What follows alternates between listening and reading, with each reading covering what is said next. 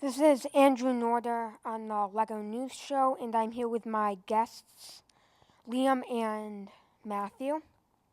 And I'm interviewing them about the new LEGO Arctic sets. Liam and Matthew, how do you feel about the new Arctic sets? I feel like they're really good quality, but I really feel like they should be less pricey. I would have to agree with Liam. Although the new Arctic sets are a nice addition to the older ones, they are overpriced. And how do you feel about the new characters? I think they're a nice addition for all LEGO collectors.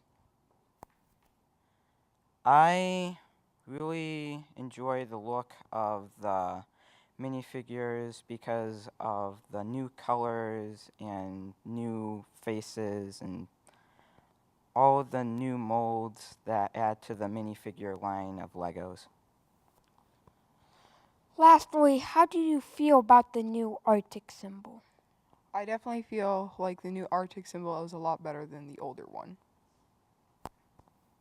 Again, I would have to agree with Liam that the new Arctic symbol is better than the last one, but unfortunately it's different, and in my opinion it's not good because it's not really compatible with the other Arctic sets from before.